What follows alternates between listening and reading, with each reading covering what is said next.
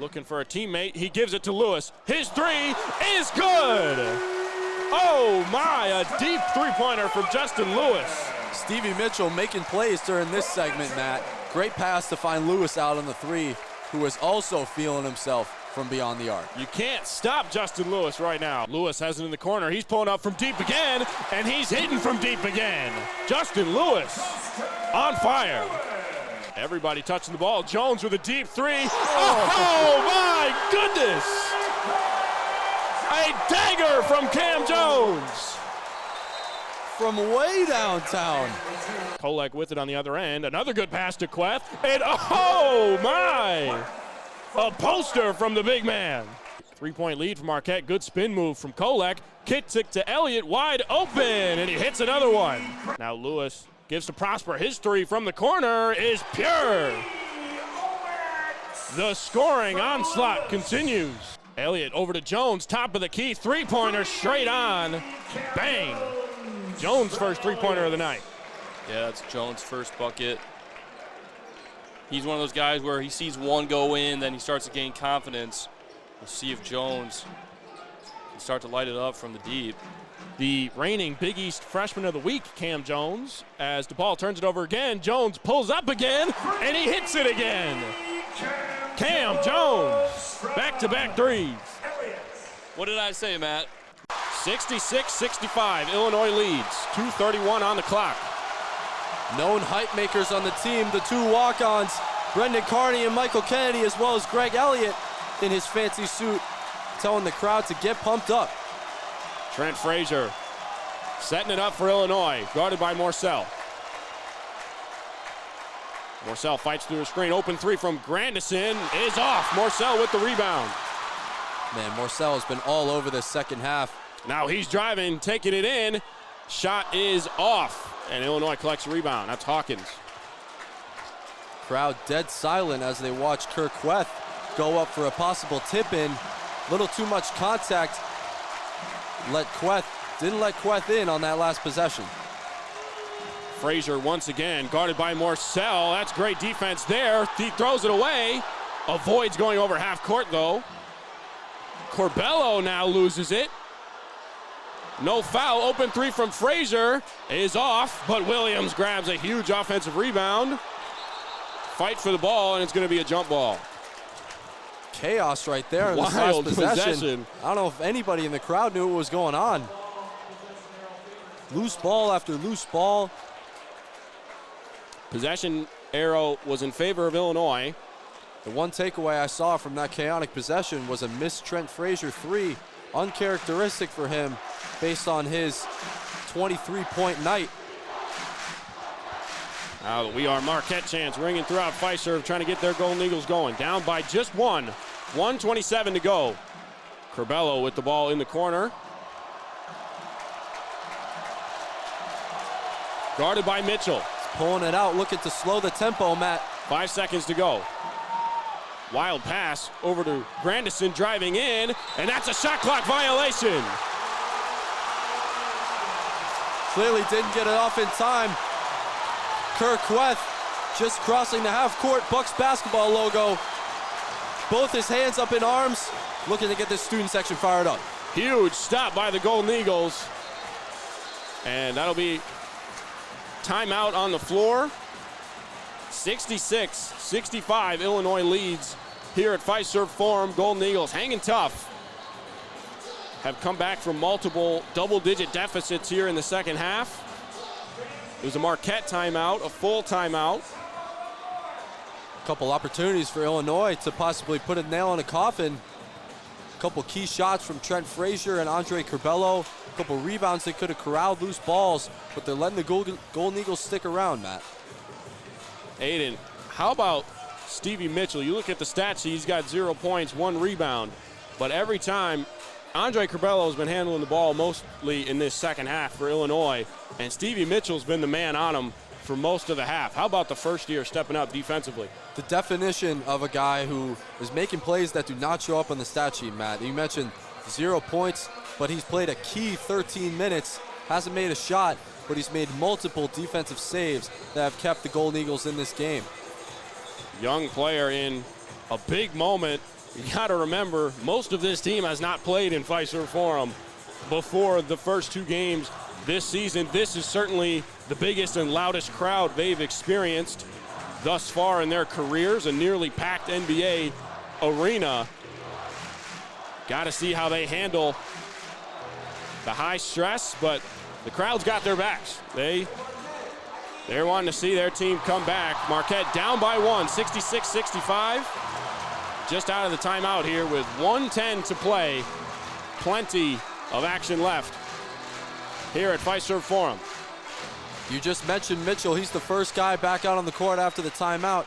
Only 6'2", 190 pounds, but you wouldn't know it from a second half performance tonight. Morcell brings it up for Marquette, guarded by Frazier.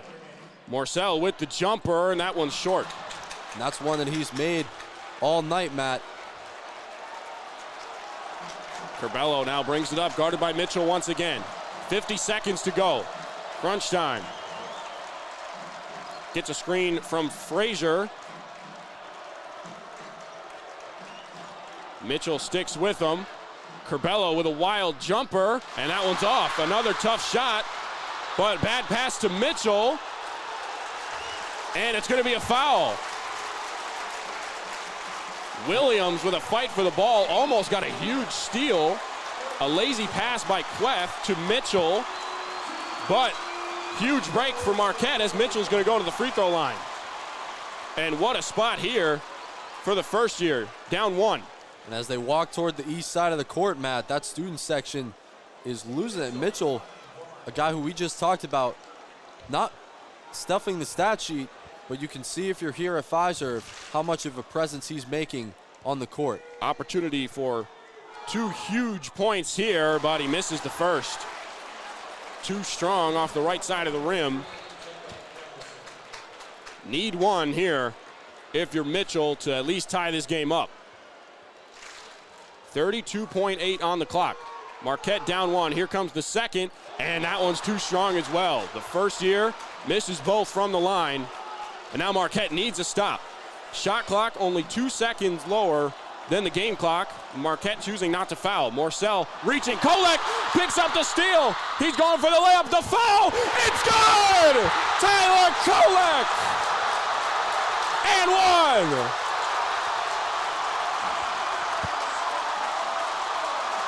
Fiserv Forum erupts. Kolek knew it was going in. What a play from the team veteran. And he's going to the line to give Marquette potentially a 2-point lead. 67-66, Marquette leads. 18.2 on the clock. And a huge free throw coming here from Kolek, and it's too strong off the back rim. Golden Eagles need another stop. 14 seconds to go. Illinois gonna hold it for the last shot. Curbelo with it, guarded by Mitchell.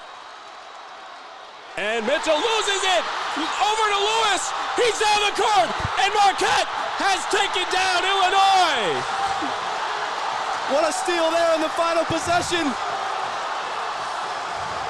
It's all turnovers and defense. That's what's won the game for the Golden Eagles tonight as Fiserv Forum erupts. The number 10 team in the country goes down as the Golden Eagles force their 26th turnover defensively and take down the Illini 67-66.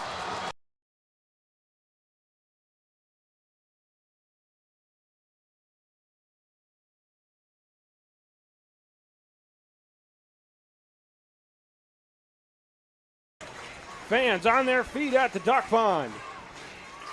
Here's the 0-2. Swing and a miss! It's a combined no-hitter!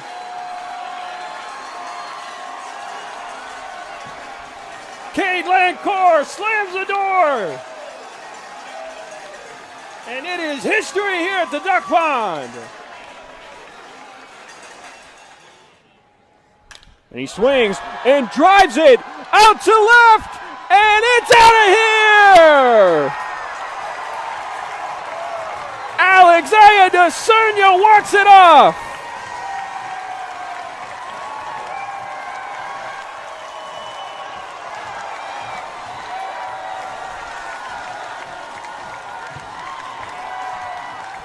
The All-Star hit his 6th home run. And the Mallards win 7-6. 2-2 pitch once again to Jeb. And he rips it back to Gonzalez at short to first. It's a double play and a Mallards win. And now he swings and drives that out to left. And he knew it right away. JT Benson with his 2nd bomb of the night.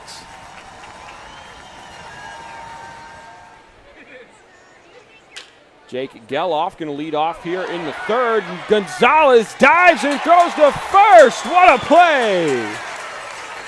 1-2 pitch to him, and he swings and drives it out to left. Does it have enough? It does.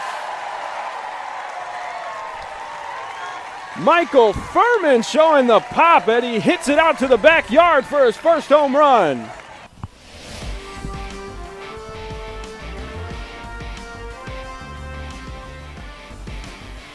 Welcome back to the Duck Pond. Mallards on top in a tight one over the Woodchucks, 3-2. The Northwoods League is giving you the opportunity to play NWL Lucky 7 for your shot at $100,000. You can find the NWL Lucky 7 game at northwoodsleague.com under the gaming tab. Answer 7 questions correctly about action in the Northwoods League, and you could win $100,000. The game is free to play. See the fans here having a fun time at the Duck Pond. Mallards looking to hold on to a lead. They just gave up a couple in the top of this inning. Looking to bounce back. New pitcher on the mound for the Woodchucks. Number 11, Shane Telfer, left-hander, redshirt freshman, I should say, out of Pepperdine University.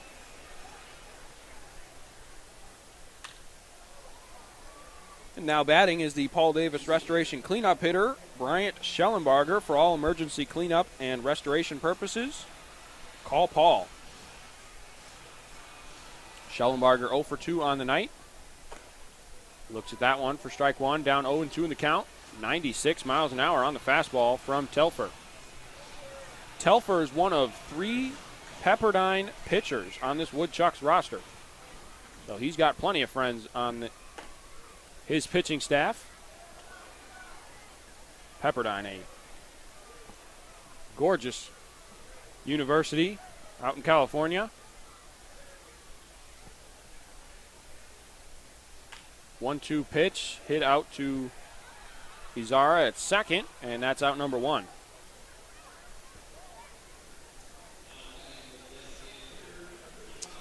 Sure, it's fun to play baseball out there at Pepperdine.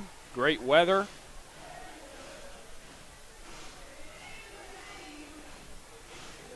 Now he's spending his summer in the state of Wisconsin. Toso at the plate. Looked at the first one for a ball at 95.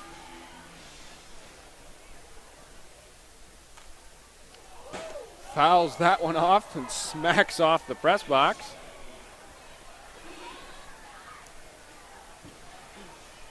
I think somebody over there narrowly avoided getting hit. He was on the other end of the press box for me. I've been there, though. I think we're all good. First game of the year, I had one smoked right back at me, and that was a wake-up call. Now I'm ready. And Toso rips one past a leaping Izara out at second for a base hit. 6-foot Izara out at second, gave it all he had, but came up just short, and that's a base hit for Toso with one down.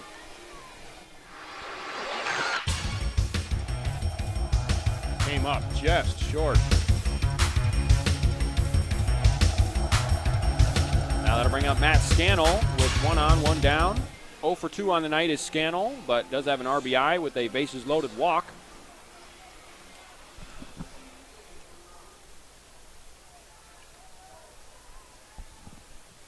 First pitch to Scannell, down and in for a ball.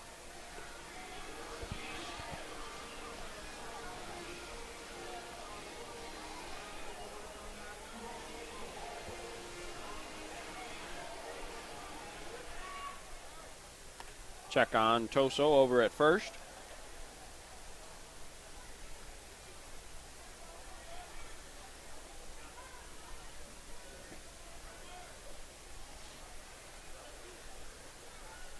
One-0 pitch to Scannell.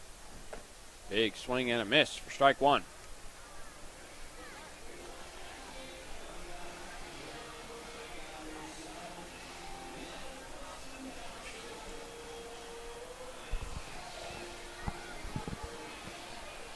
One pitch to, and another check over on Toso. That was the quick move from the lefty.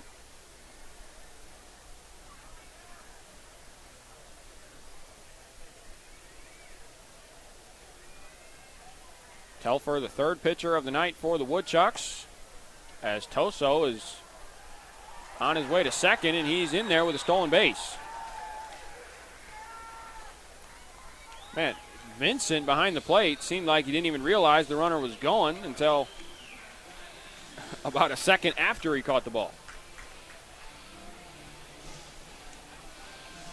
Toso didn't get a great jump.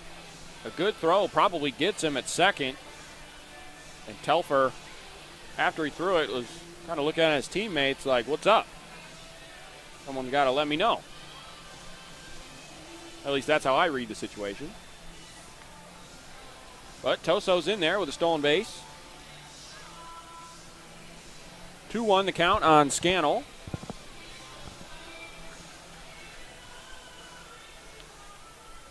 But third pitcher of the night for the Woodchucks, Nate Madej, who's been pitching very well this season, out after just 3 innings, only gave up 1 earned run, but had over 35 pitches in the third inning and then was taken out. Scannell rips one out to center, but Kehoe is under it. Toso tagged up, but stays at second.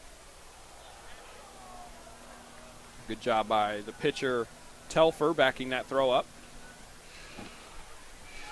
Gio Camfield came in after Madej and pitched 3 innings as well, giving up 2 earned runs. He gave up 5 hits. Camfield, Madej gave up 4. Now 1 here against Telfer. Zach Storbakken, the batter now at the plate, 0 for 3 on the night. Runner at second with 2 down, trying to bring him home. And he spikes that one. Toso is going to move on up to third. Vincent turned around, knew the ball was going to come back off the brick wall, but it took kind of a funky bounce.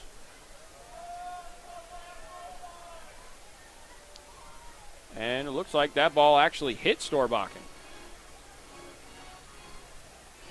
Must have clipped his foot.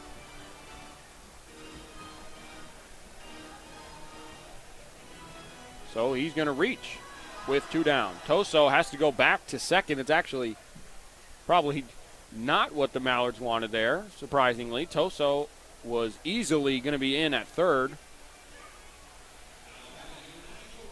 So he has to go back to second, but now Storbakken over at first.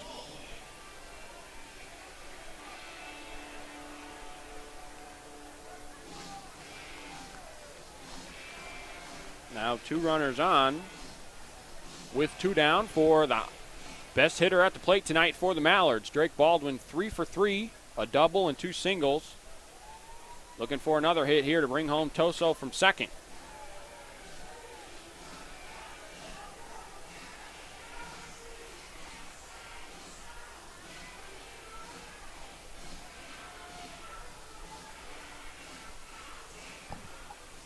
One-0 pitch to Baldwin. Big cut and miss for strike one.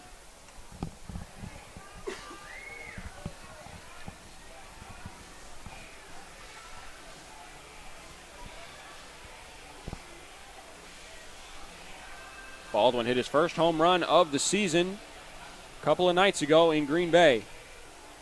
Starting to heat up at the plate. That one's taken outside, almost skipped away from Vincent, but he corrals it. Keeps Toso at second.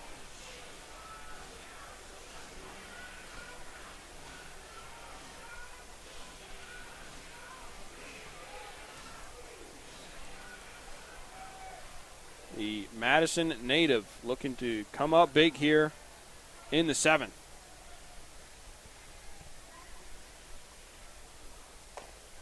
Looks at that fastball for strike two. 93 miles an hour there. Baldwin is a patient hitter. Doesn't swing at the first pitch very often, and certainly willing to take his walks, get on base, help his team any way he can. 2-2 count. Swings and hits that well out to left. And it hits off the wall. Toso's going to score. Storbachen's going to score from first. Drake Baldwin is 4 for 4. And he brings home 2 more for the Ducks.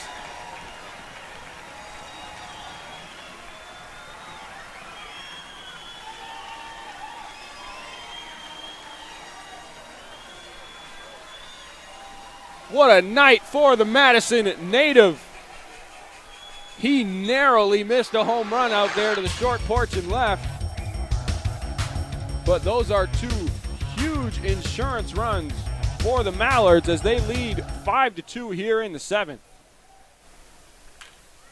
And now Nick Gonzalez drives one to right. Baldwin's being sent home. And he's going to score. Miscommunication there from the Woodchucks. And Baldwin scores from second on a single from Nick Gonzalez.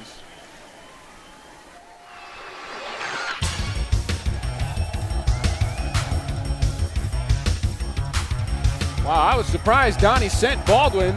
The throw comes in. They had a great chance to get Baldwin at the plate, but couldn't do it.